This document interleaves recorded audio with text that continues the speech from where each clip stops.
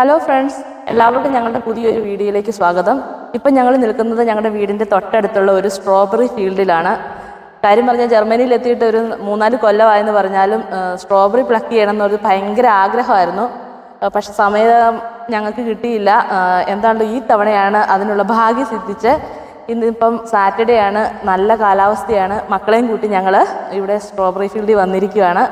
ഇതിൻ്റെ പ്രത്യേകത എന്ന് പറഞ്ഞാൽ നമുക്ക് ഇവിടെ തന്നെ ഇതിനൊരു കോർബ് കിട്ടും. അതിൻ്റെ അകത്ത് നമുക്ക് ആവശ്യത്തിനുള്ള സ്ട്രോബെറി പറിച്ചു വെക്കാം. പിന്നെ എന്നിട്ട് നമുക്ക് എന്തോരം നമ്മൾ പറിച്ചെടുത്തോ അതനുസരിച്ചിട്ടുള്ള അത് തൂക്കി നോക്കിയിട്ട് അതിനനുസരിച്ചിട്ട് നമ്മൾ പേ ചെയ്താൽ മതി. എന്തായാലും ഞങ്ങൾ വളരെ ഹാപ്പിയായി ഇവിടെ ഇന്ന് വന്നപ്പോഴത്തേനും. ഞങ്ങൾ 2 ബോക്സാണ് എടുത്തിരിക്കുന്നത്. മക്കൾ കുറേ പറിച്ചു കൂട്ടിയിട്ടുണ്ട്. ബാക്കി ഞങ്ങളുടെ വിശേഷങ്ങളൊക്കെ നിങ്ങൾക്ക് പതിയെ കാണാം.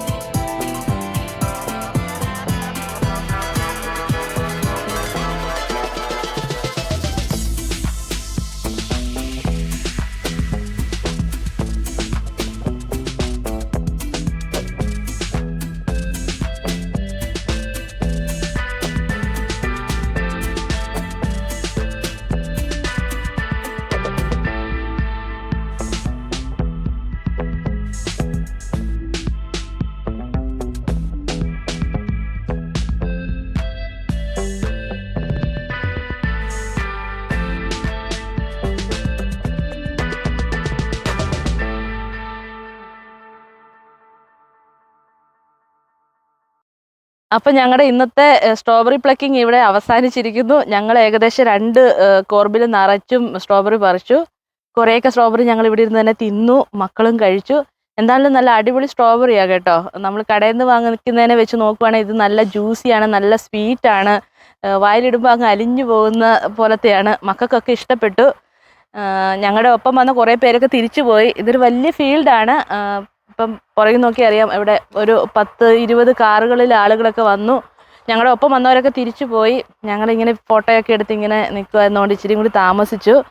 എന്താണെങ്കിലും ഇതൊരു നല്ല എക്സ്പീരിയൻസ് ആണ്. ഞങ്ങളുടെ ആഗ്രഹം പോലെ തന്നെ ഇഷ്ടംപോലെ സ്ട്രോബെറി ഒക്കെ കിട്ടി. നല്ല ഒരു എക്സ്പീരിയൻസ് ആയിരുന്നു.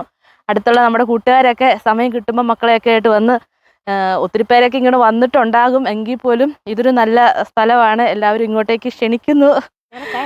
അതെ, പിള്ളേരൊക്കെ ഇഷ്ടംപോലെ തിന്നു, നന്നായിട്ട് എൻജോയ് ചെയ്തു.